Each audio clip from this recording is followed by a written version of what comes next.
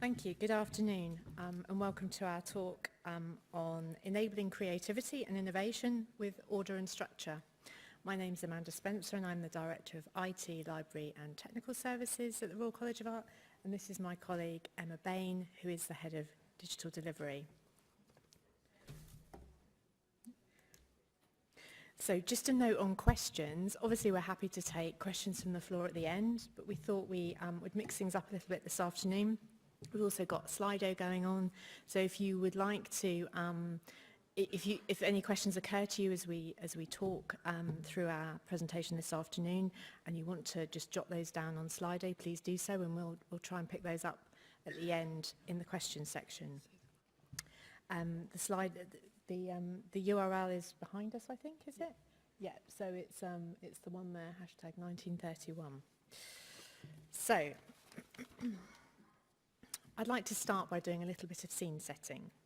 The Royal College of Art is a solely postgraduate institution specialising in teaching and research and offering the degrees of MA, MPhil, MRes and PhD across a range of disciplines: fine art, applied art, design, communications and humanities. We've recently been ranked #1 for the 5th consecutive year in the QS World University Rankings in Art and Design. A few numbers for you. We're pretty small, but we're very much on the trajectory of growth, going from a very static position of around 800 students for a number of years to a kind of steady increase now year on year, which is going to see us getting to about 3,000 students in the next couple of years. Currently we stand at around 2,100 students from around 60 countries. The college is a hotbed of creative artists and designers, and typically our students don't go on to conventional careers. They become the innovators and disruptors of tomorrow. So among our alumni, we have people like David Hockney, Tracy Emin, Chris Philly, Barbara Hepworth, Christopher Bailey, Orla Kiley. And I think the image behind us sums up the RCA quite well. We offer traditional, almost craft-based programs, whilst also being at the cutting edge of design. So I like to think of it as glass blowing in both analogue and virtual worlds. And I think this is a particular challenge for us as we are providers of technology and services, because there's an inherent contradiction that's at the heart of the RCA, and it's something we call radical conservatism. So what I mean by that is the college is radical, it's bold in its innovation and design and creativity, whilst at the same time being very aware of its traditions. And actually that comes across sometimes as being quite resistant to change, quite fearful of change, and a worry that this will dilute the uniqueness of the culture. So as a consequence, as technologists, we encounter quite a lot of suspicion some of the time, particularly if it suggests efficiency, productivity, automation, and the implication with these things that this creative environment can't be standardized, that we can't or shouldn't introduce repeatable routines because everything is special and very unique. And so we have a culture of exceptionism to an extent, and this persists across the university in some quarters still. But as well as delivering digital transformation, the college has been on a modernisation journey and has made changes to the workforce and to extent some of our processes.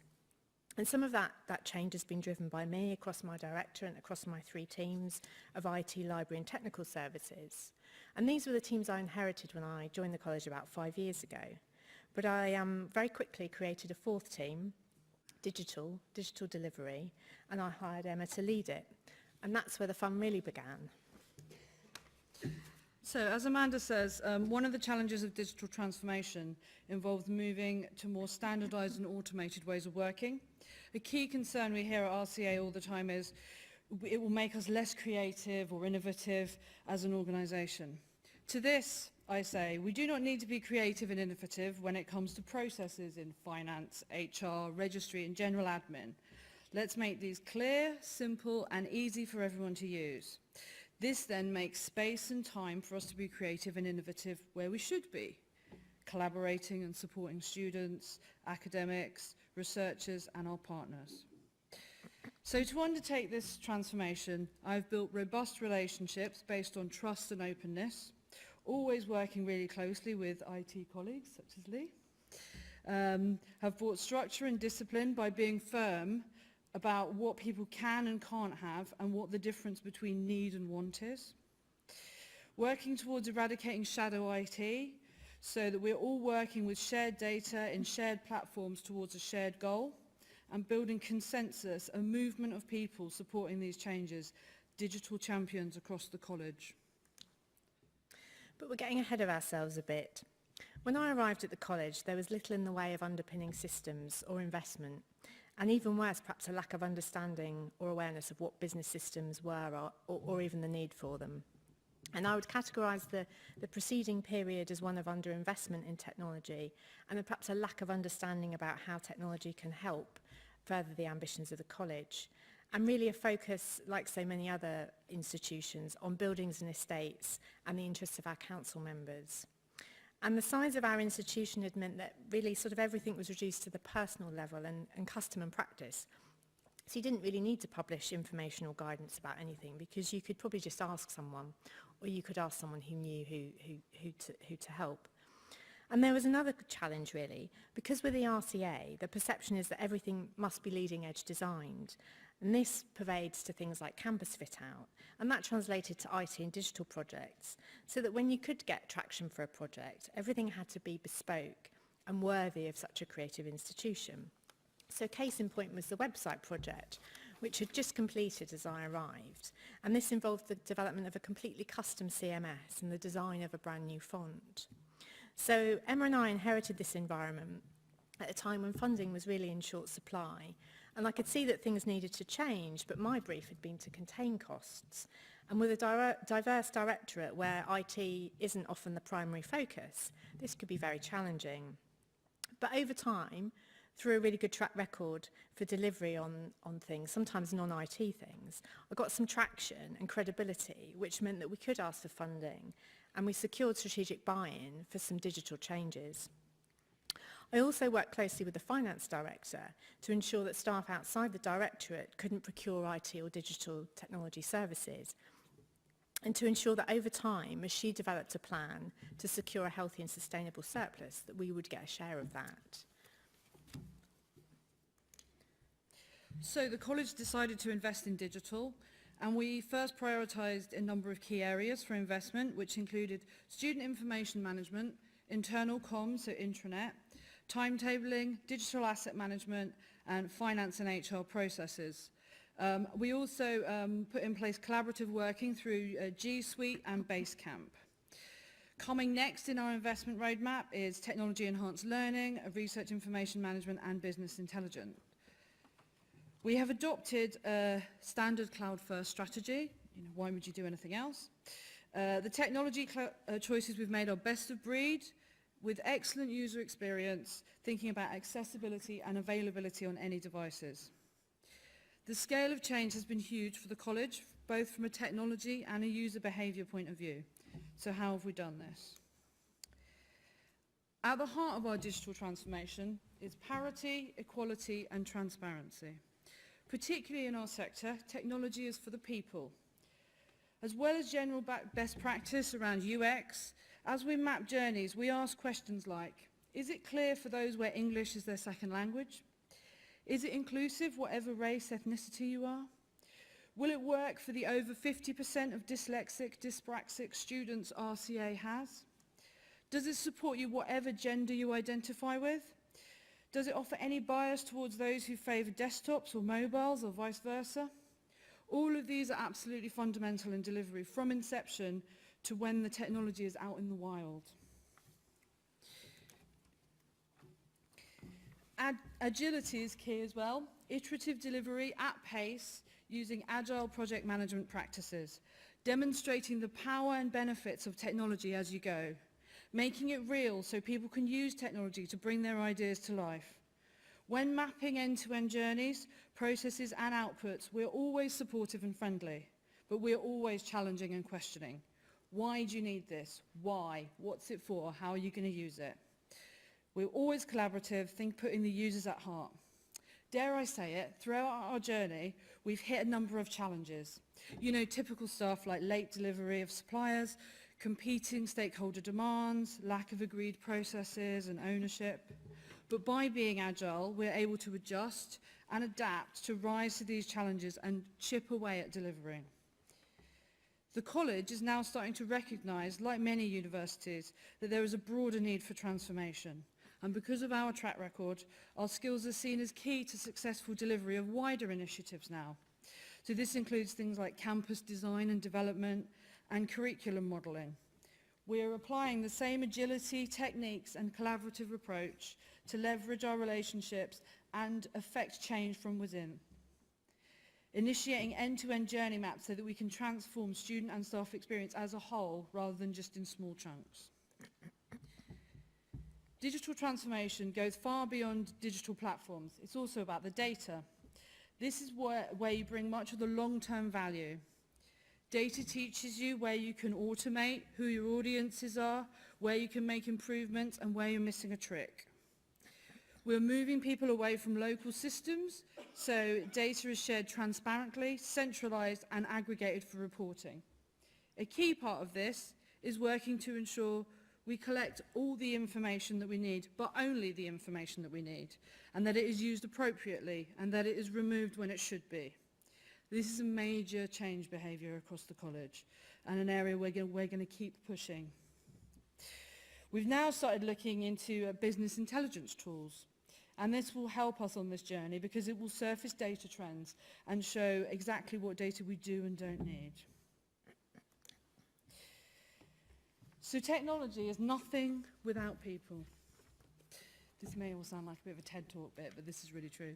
Embrace them, listen to their needs and aspirations, translate their complaints into user needs, manage their expectations, and always remember the value of their voice and views and what that brings to your transformation journey. So just to reinforce what Emma said, but also to provide some further reflection, given that the conference themes have very much been about people. I think people are key, really, to within your institution to help you to bring about the changes that you need. And for me, influence really happens at all levels. So I think with very senior stakeholders, you need to be seen to deliver what they ask. But for me, it's also been about building relationships with my peers. So during my time at the Royal College of Art, I've built relationships with all of the senior management team, the deans, the directors of research and innovation, communications and marketing, buildings and estates, finance, HR. I think it's all necessary, and some of those relationships are much easier than others, but I think it's something you really have to just keep working at. And I would say with the range of stakeholders that we have, it's also about building trust. So if something doesn't work, ask for their feedback, ask for their patience, build their trust and confidence, and do what you say you're going to do. They'll be more inclined to trust you and in the systems that you provide. So if you ask them to keep reporting stuff to the help desk, then make sure that the help desk follows through for them. I think in our experience involving a wider cross-section of people in the development and design of new systems and processes is really helpful. And even if you can't deliver everything that they ask for, I think people then feel part of the process, and they're usually quite reasonable if you explain why things can't be included. They just want to be heard, really. And I think that's true of our staff, of our teams. I think it's important to tell them as much as you can about changes that you're going through, listen to feedback. Again, even if you can't do everything that people want, they feel part of that process.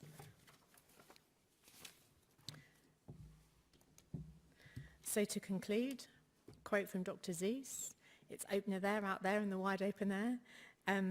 This is The Places You'll Go, which is much beloved by my 4-year-old son. But just a few words by way of conclusion then. I think throughout our digital journey, we've been brave, we've taken some risks, we've challenged and pushed ourselves, we've pushed some of the people we work with.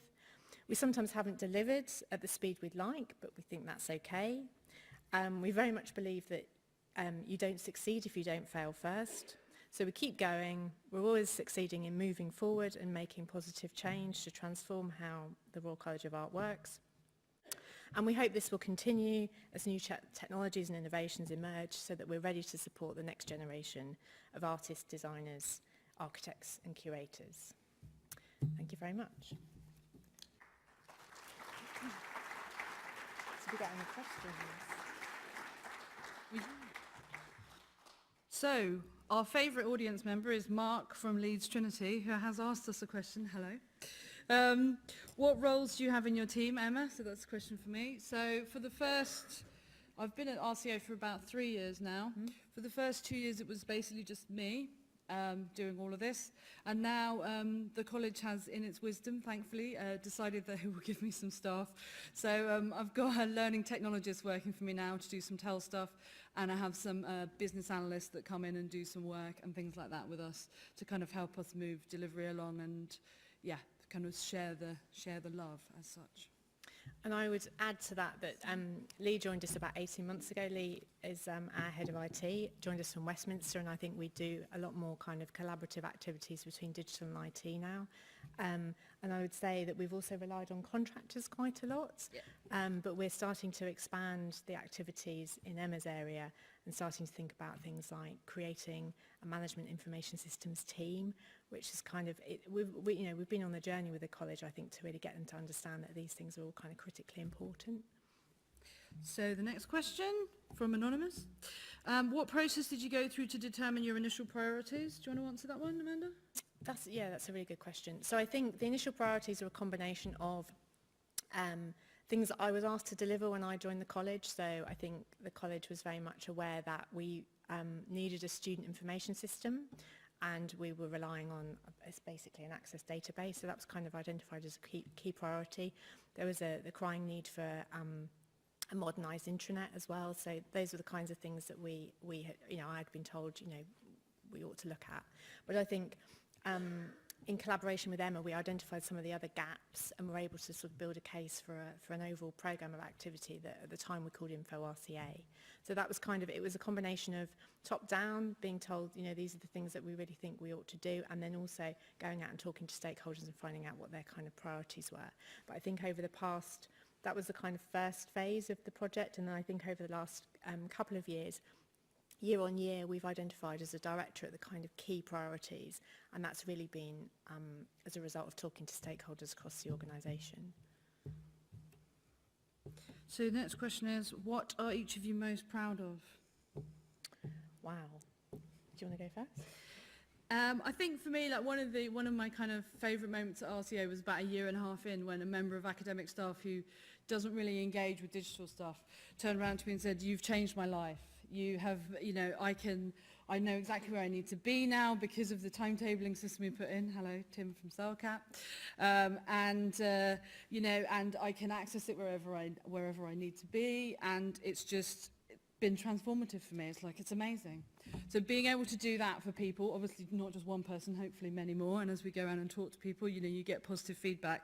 I think that's what I'm most proud of, is kind of making people's lives better, which may sound big, but whatever. Yeah. I think I'm obviously proud of the changes we've made, but I would say the thing I'm most proud of is the team that I have. I have 4 really good heads of service, and I think together we're able to sort of create something really quite brilliant within the college environment. And we're known for that. We have a good reputation, and people will come to us. If the college is always taking on new initiatives. So we're looking to open a new campus within the next 2 years in Battersea South. We have a new building, and we are the kind of seen as the go-to people. People come to us quite early on when the college is starting projects. So I'm really proud of that. So next question is, what agile techniques do you find most useful? I think, do you want me to answer this one? Yeah. I mean, I think for me, the whole kind of doing it in small chunks, doing it 2-week sprints, or, working to kind of shorter periods, agreeing what you're going to do in the kind of short term and getting that done has been probably the most useful thing. The college can procrastinate around stuff and go back and rethink things. So being quite pacey and getting stuff done quickly and getting it out there kind of negates a lot of that, because it's like, oh no, we've already moved on from that, now we're doing the next thing. So I think that's been really useful. And also obviously in Agile, it's obviously about working with the users. It's like kind of a cross-functional team. So making sure you're involving all the different people from the different teams who are affected, and you're kind of affecting change together. It's not digital being done to people, it's being done together. It's in the bloodstream. We're all involved in it. And then you can answer this one. How do you determine best of breed? Wow. Again, I think it's about talking to people, isn't it? I think it's about, we do take quite a lot of care to kind of gather the requirements before we kind of go out to market. So I think it's something we do in parallel is we look at the requirements piece, we look at the market offer, we talk to other institutions about what they're using, we look at, you know, what other sectors are using, and then I think it's really just determining what's good technology, ideally, that's what you're looking for, but also what's going to fit with the organisation, and then obviously we'll go through a formal tendering process or use frameworks or whatever, but I think that's typically how we approach things. I'm just conscious, I don't know if there are any questions from the floor.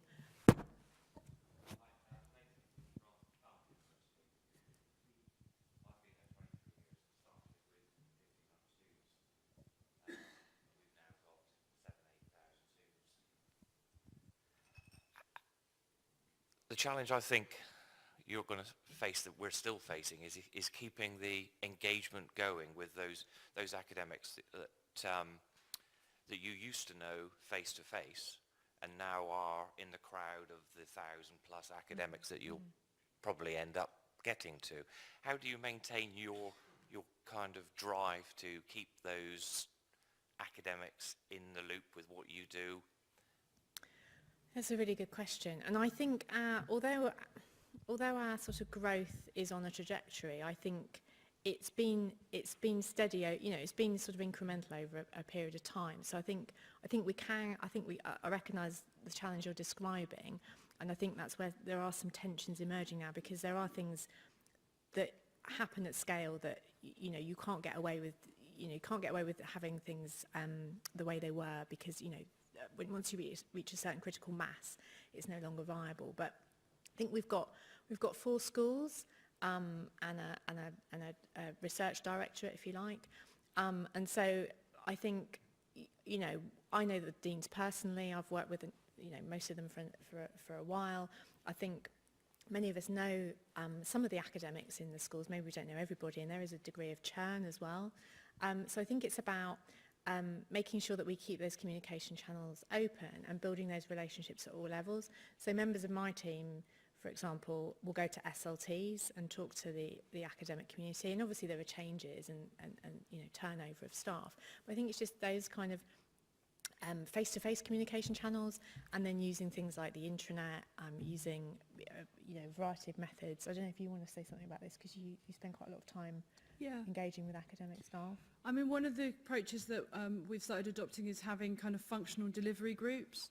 So once we've put in a tool to kind of support a function like a student information system or technology enhanced learning, setting up a delivery group which is a mix of people across the college, academics and admins and professional services, and together they like drive that into the future, and they go out and engage with their network and bring that back to the group, and that's working really well. And I think it enables a kind of cycle of continuous service improvement, because you don't want to put these things in and then like 3 years later you're like, oh, that's done now, well, let's look over here, and then it's kind of left there to rot as such. So, and this will allow us to kind of continue to use those things well. So I think that kind of helps with that, and that can scale up as we scale up as well. You can have more members, you can do like stuff, online meetings, you know, involve people in new ways. So that's Yeah.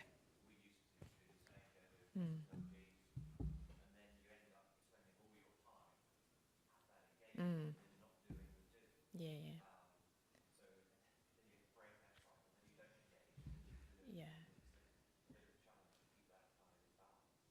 I recognise the tension you're describing. It's an interesting one. Is there anything else? Is there anyone else wants to?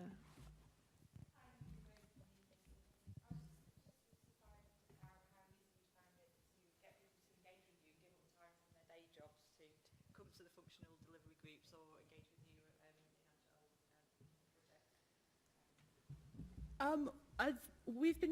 I think I've been quite lucky in a way at the college. I mean, I think there's a lot of people that are very kind of interested in that kind of creative working and collaborative working.